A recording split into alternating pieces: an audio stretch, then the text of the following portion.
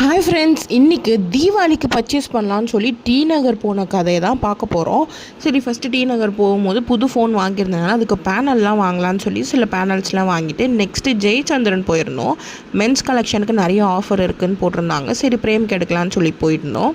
சில ஜீன்ஸ் அந்த ஷர்ட்ஸ் எல்லாமே பிரேம் ட்ரை பண்ணுற வரைக்கும் நான் மட்டும் ட்ரையல் ரூம் வாசலில் மென்டல் மாதிரி நின்றுட்டு இருந்தேன்.